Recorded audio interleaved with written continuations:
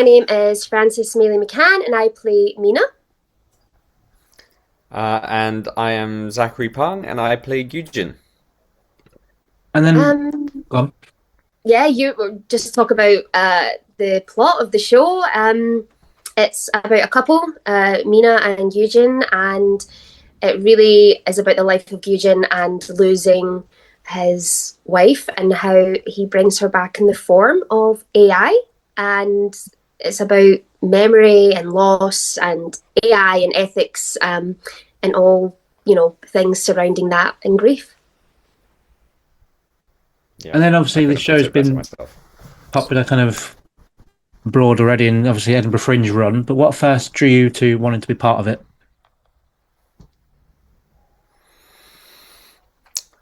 I mean, for me, I thought it was just an exciting opportunity to be able to explore these themes in particular. I think you know we all kind of feel like it's quite a timely musical and the topic and everything with everything that's going on. But also the music is just gorgeous. Is really really sweet and sensitive, and I think that's really really beautiful. Yeah, I think that, like you say, it's very timely, and with AI and technology growing at such a rapid rate, it's becoming really present in our daily lives, whether you accept it or not. So this is really exploring the possibility of taking it that step further. And it's not all about the technology; it's more about the human capacity to deal with grief and what would you do if you had the choice to bring back a loved one.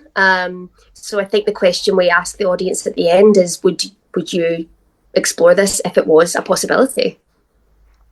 Yes. And then obviously contemporary Korean theatre is kind of coming over here quite a bit now as well, which is exciting. But how would you describe the score in this musical?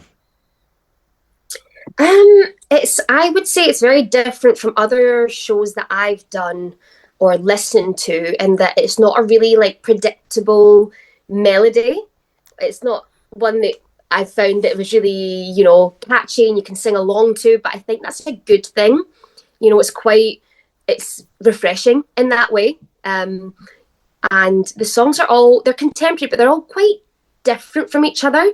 One minute there's a really happy, joyful, quirky song, and then at the end there's more kind of really heartbreaking songs that, well, we hope will tug at heartstrings.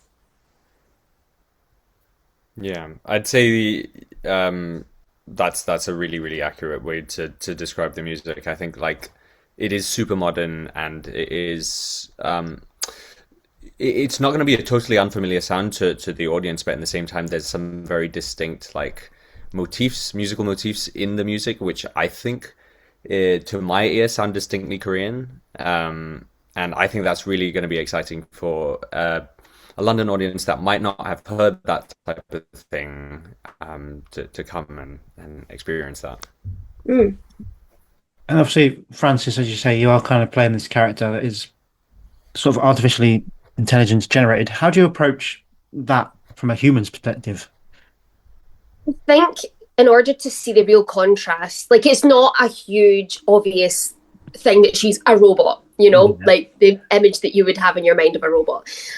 She's a lot more human. She is human. But in order to see the contrast, making the Mina in the beginning just really soft and warm and lovable, and then as the show goes on and she becomes this AI form, just certain, I think, physicalities we wanted to make clear in the body language, and also in the language that she uses and how she will deliver some lines. So I think we wanted it to be a fine line. We didn't want it to be so far fetched. Yeah. And then obviously, Zachary, you kind of do have to balance the grief of the character and obviously then this decision to turn to artificial intelligence. How do you kind of humanize those elements? Um, well, I mean, it's grief in itself is a super complicated process, I think, and you can't really paint it in just one or two specific notes or ways of expressing that, and people kind of go all over the place, and people go back and forth, and they repeat themselves sometimes, or they stay stuck, or they move from one place and then they take a few steps back and then they move forward again. And I think that is inherent in the script itself, in that character's journey. And it really is just about like figuring out how he's trying to, like, what he's trying to fill. What's that hole that he's trying to fill up, and what is he trying to get back? Because ultimately, it's not a typical process of grief. He's trying something that doesn't exist yet. In a way of trying to combat this feeling and get something back that he's lost. So it's a little bit of reaching into an unknown area, but then also it's drawing from all the colors that already do exist. And this is obviously a bit of a deeper question, really. Kind of obviously the show tackles this kind of concept of science fiction becoming reality as it is kind of in our lives now. Do you see the choices made as a kind of act of ultimate love, or is it a dangerous form of denial?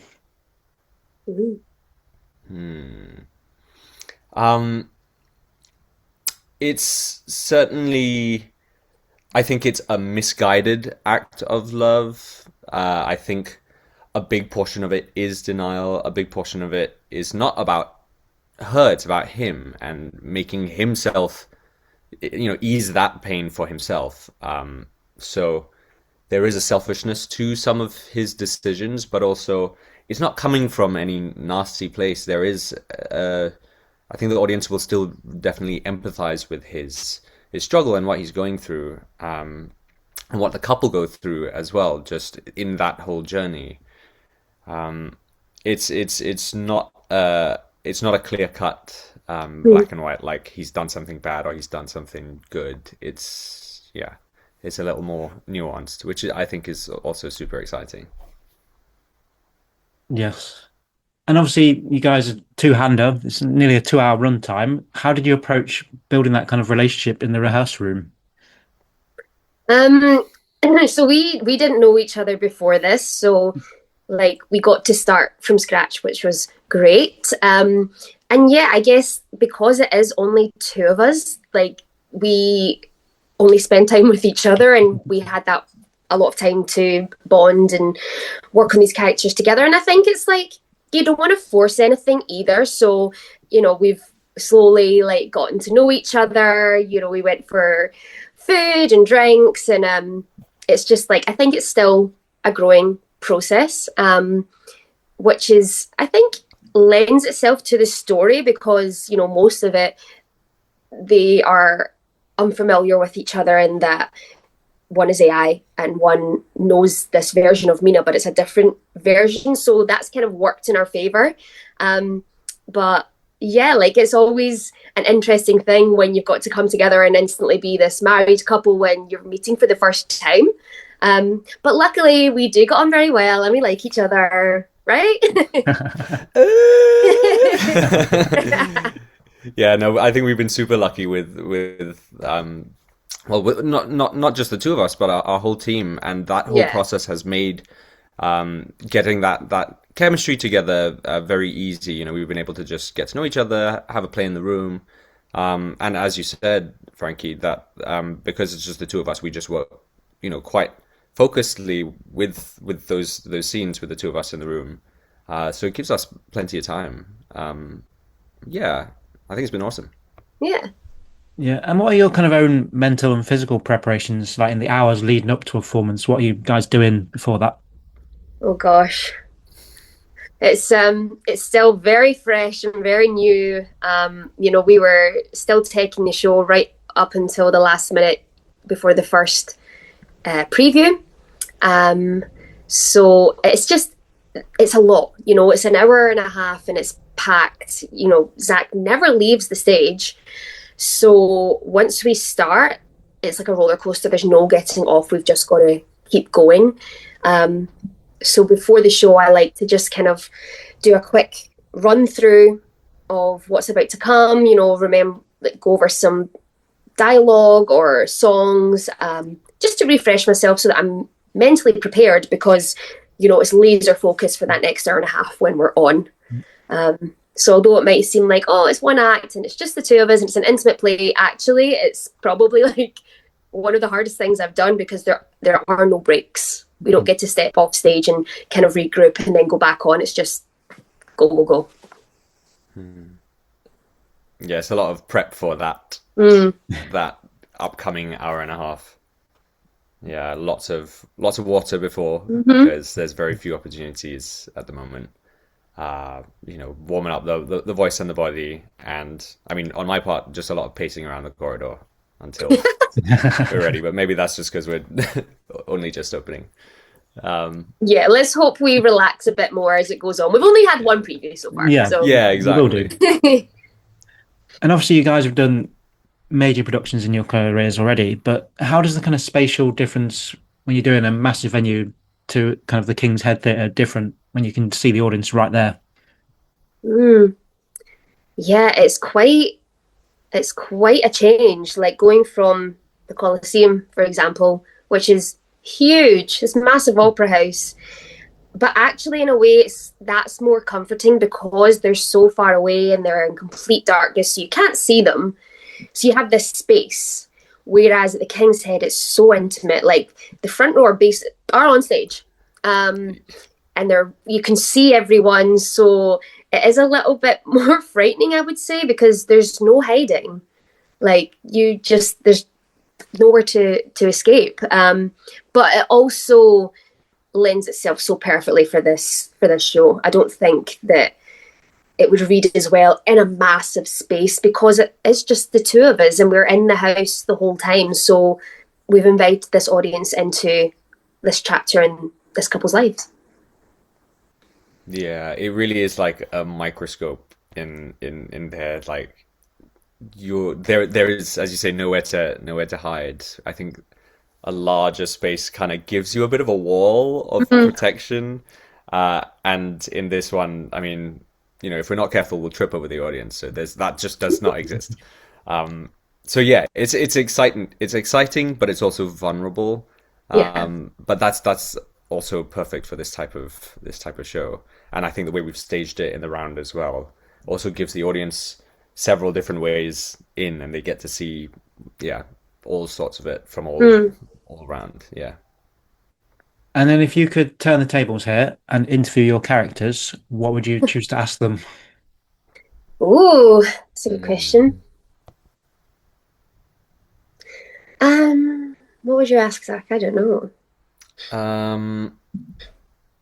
I would probably ask for his favorite memory of their time as a couple together, because I think that is possibly the feeling that he's chasing. And I mean, whether or not he gets that, can't see the show. But that's, I think, an important question for me as an actor to figure out how to get in there. Yeah, I don't know. I mean, it'd be interesting to know what she remembers, as in how far back she can remember, or if it's just this like kind of short-term memory. But also, she's still AI, a robot at the end of the day, so she's super smart and has answers to a lot of questions. So maybe I would take her along to like some games so we can win. Sensible. And then if you had to write a social media bio about your characters, what would that say?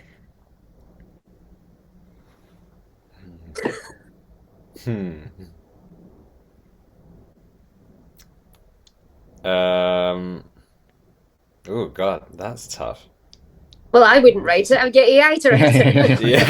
Yeah.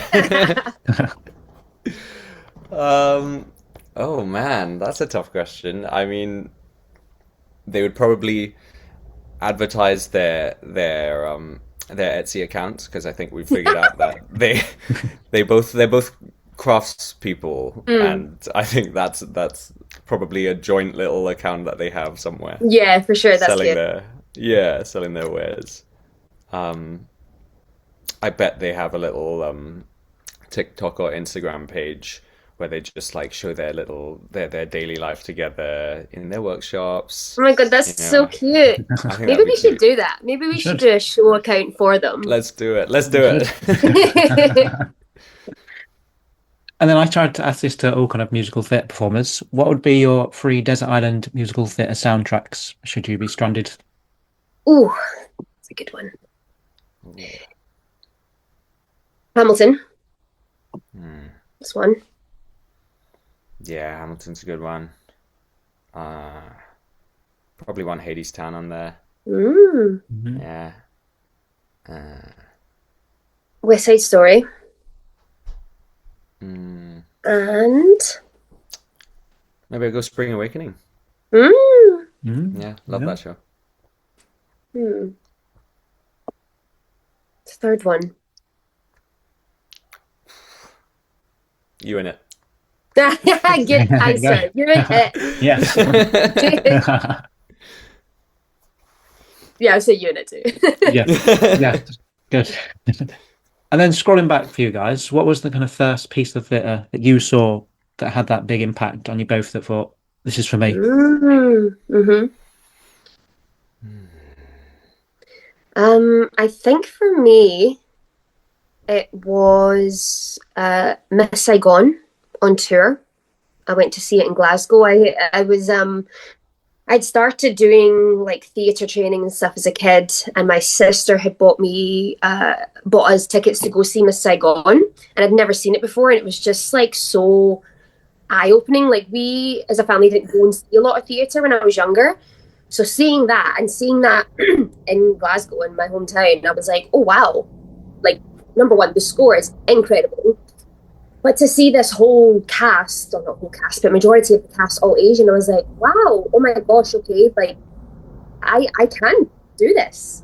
Yeah, and then what's funny is I look back at the program from all those years ago and I'm like, oh wow, I know this person, I've worked with this person. So like it's a real cool, like full circle moment.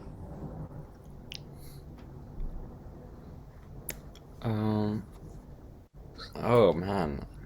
I don't know if it was something that I saw. I think it might have, the experience that really got me hooked on this, you know, this whole thing is when I was 11, I played Nathan in a production of The Full Monty, who's the kid of one of the guys. Um, and I mean, I was bricking it on opening night. But after we did the first scene and I got a big laugh from one of the lines and I ran off stage, I ran straight up to my dad and I was like, can I do this forever? Oh, So so I cute. think probably that. And then at this point of your careers, and it's still kind of early days for you both, but how do you both reflect on where you are right now? I appreciate that you said it's early days. Yeah, yeah. I'm like tired and I'm like, oh gosh, this is getting hard. But I've forgotten what the question was. How do you kind of reflect I just on? went, oh, early days, Yeah. thank you. Yeah, how do you kind of reflect on the journey so far and where you are right now? Gosh, it's quite unpredictable, you know. Being in the theatre, being self-employed, it's not easy. And you know, I say this to a lot of like people that I might go and do master classes or workshops with, that you just have to keep working so hard.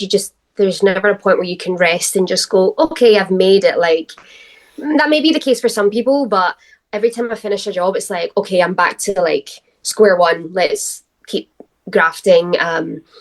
And yeah, you just, it's also a muscle. So you have to, you know, keep going to class and brushing up on skills, and you never know what's going to happen next. You don't know what work's going to be around the corner. Like I didn't know this piece was going to happen, like, you know, only a few weeks before we started rehearsing.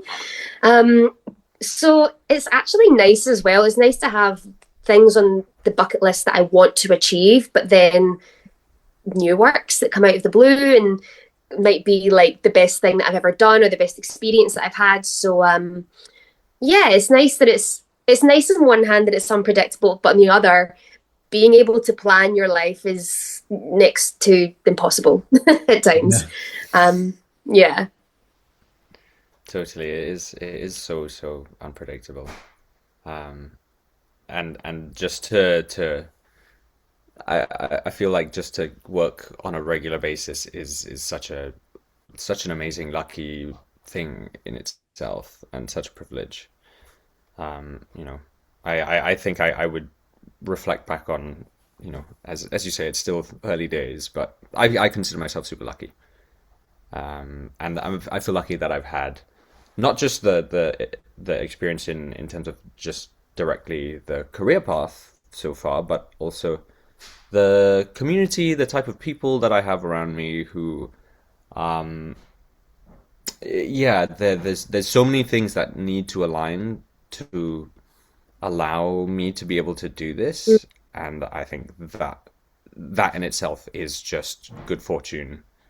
And yeah, I feel lucky. Long may it continue. Mm. It will for you both. It's early days. Remember that. That's the takeaway. Early days. And then obviously the shows like AI is massive in this show, but how do you kind of both balance that kind of social media world these days when it's such prevalent? There's an instant reaction to the show or Mm. straight out there. How do you kind of both balance that? Yeah, it's a tough one, I think, because you know, anyone can put anything out there on the internet. I think there's also like there's pros and cons to it. Basically, it can really make a show. Like a show doesn't have to be well reviewed or be given 5 stars across the board, but it might have a really big fan base, and that's what keeps the show going because people love it and enjoy it. So everyone has their own opinion, can make up their own mind about a show. So I think it's good in that sense. But then also I've seen a lot of my friends that talk about like really like getting really nasty comments online, and I think like obviously you want to say just ignore it and don't read it, but that's a really tough thing to do. So I think there are definitely pros and cons to it. I think with this show, it's good to have the social media presence because it's quite an intimate show. It's in the King's Head. It's not got the big commercial backing behind it like some of these West End shows. Yeah. Yeah, it's quite a heavy influence that I think the social media world has on a lot of the life cycles of shows nowadays, which is something that might not have been the case. I don't know, even as early as 10, 15 years ago, the amount that social media bubbles have kind of snowballed into what they are. And of course, the further back you go, the less and less so. So that in itself, and as you say, it also doesn't just affect the big picture, but also the people involved. Because as you say, we read comments too, and you might not have gotten opinions and feedback from so many different directions previously, but nowadays it's coming from all areas, and so I think you just have to be super either super secure in what you're doing, or really just staying focused with being with honoring the artistic integrity that you've set and decided as your team, and trying to just block out anything from the outside until show's over. Yes. And then to wrap up our conversation, simply what would you hope an audience member takes away from seeing you in it? Hmm.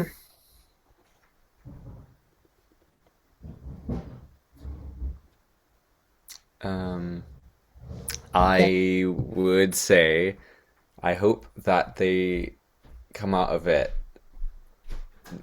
understanding and feeling brave about the fact that it is a brave new world out there, and there's all sorts of stuff that we are not ready for, but that you can still approach everything with empathy and kindness. Yeah, I think even though it's about AI, it's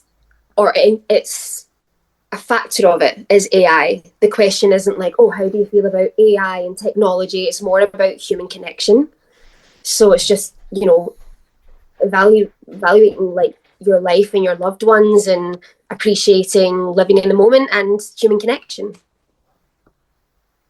Beautiful. It's the sort of show that kind of makes you feel like it's going to stay with you as well. Like so that show that kind I of. hope so. Yeah. I hope so. Well, thank you both for your time this morning. Just leaves me to tell you that You and It runs at the King's Head Theatre until Saturday, 26th of October. All right? September. September. I wrote September. I almost said October. I started doubting myself then. I was like, what?